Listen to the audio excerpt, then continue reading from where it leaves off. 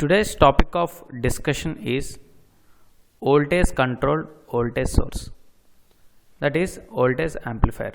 By the end of this lecture, you will come to know about what is voltage amplifier and what should be the values of input and output resistance, what should be the value of series resistance, what is input biasing principle, what is output biasing principle, and equivalent circuit diagram representation of voltage amplifier. So this is the equivalent circuit diagram representation of voltage amplifier. This is equivalent circuit diagram representation. Now if you see here, in the voltage amplifier, the input is voltage and the output is also voltage. Output in terms of voltage and input is also taken in terms of voltage. That means if you give an input signal of such as small voltage, then you will get the amplified version of the signal with high voltage. That is nothing but voltage amplifier. And you see this R0 is called as output resistance and this Ri is called as input resistance. Input resistance, and this is called as output resistance. This is voltage dependent voltage source, and this AV0 is called as gain of the amplifier. You can see here the voltage across input resistance is Vi, and you are getting here a multiple of Vi, so this is called as gain of the amplifier. Now our aim is, if you give any input source here, if you connect any source, the total source should appear across here and this voltage should appear across the output. So that is our motive in any amplifier or in this design.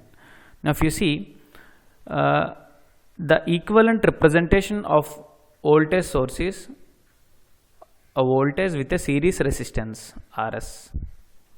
A voltage with a series resistance is the equivalent representation of voltage source. Now before writing this, why I am writing like this means the input biasing principle is Thevenin's equivalent, and the output biasing principle of voltage amplifier is also Thevenin's equivalent. Thevenin's. Now let me connect the voltage source at input, that is Rs, and let us assume the voltage as Vx, because here already the nomenclature Vi is given. So let me assume the input voltage as Vx. You can connect these two terminals. Now our motive should be Vx approximately equal to Vi. So we should design, or we should keep the series resistance in such a way that the input voltage should be this entire source. Now one thing one should remember is, no one can change the series resistance of the source, because this is a design issue. No one can change, because for every voltage source there is a unique series resistance. Now all we can control is this input resistance.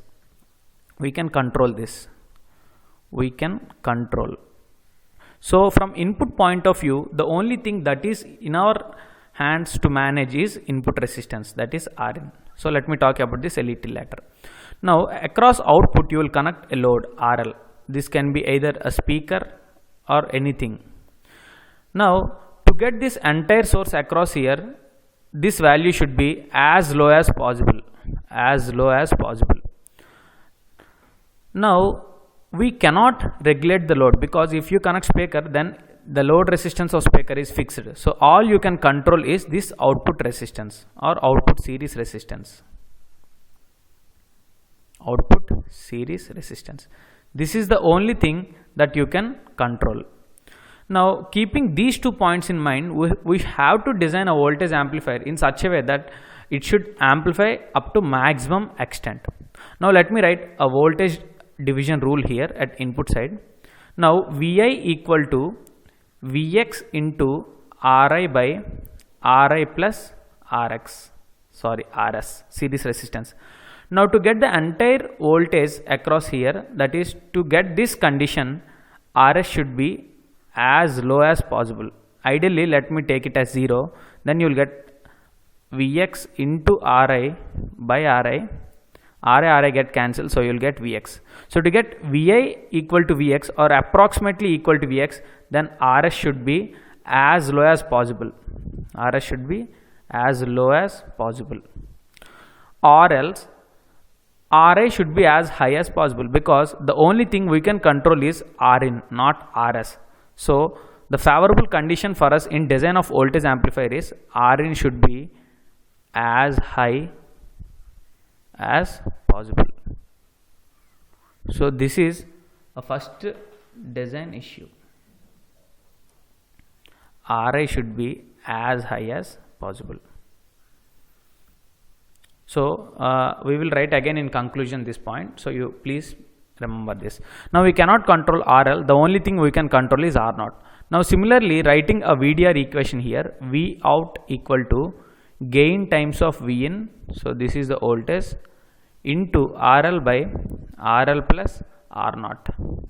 Now if R0 is ideally equal to 0 for time being, then RL and RL get cancelled. Then you will get the entire voltage across here. But we cannot make this R0 to entirely 0. So this should be as low as possible. So the output resistance. So this is what output and this is what input, right? So the output R0 should be as low as possible. Now we can conclude the statements here. Rin should be high, Rout should be low.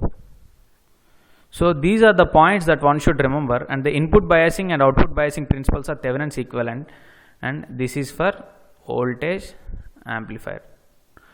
And for voltage amplifier, the output is in the form of voltage and also the input is in the form of voltage.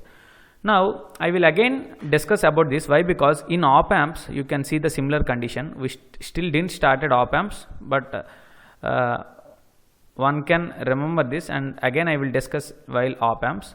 So the input impedance of op amp is ideally equal to, for an ideal op amp, if you consider ideal op amp, the input impedance is given as infinite and the output is given as 0. So this is meeting these conditions, hence op amp is called as voltage controlled voltage source or voltage amplifier. So now let me get back to first slide. So now you can able to say that what is voltage amplifier, how should be the values of input and output, that is this should be high or ideally infinite, this should be low or ideally 0. What should be the value of series resistance? It should be as low as possible because the drop should be 0. So everything should appear across Rin, right? This low input resistance, the source voltage should appear. So this there should be no drop across Rs. So this should be as low as possible. The input biasing principle is Thevenin's and the output biasing principle is also Thevenin's, and the equivalent circuit diagram already I have explained. So hope you guys learned something new in this lecture. That's all for this video. See you in the next one.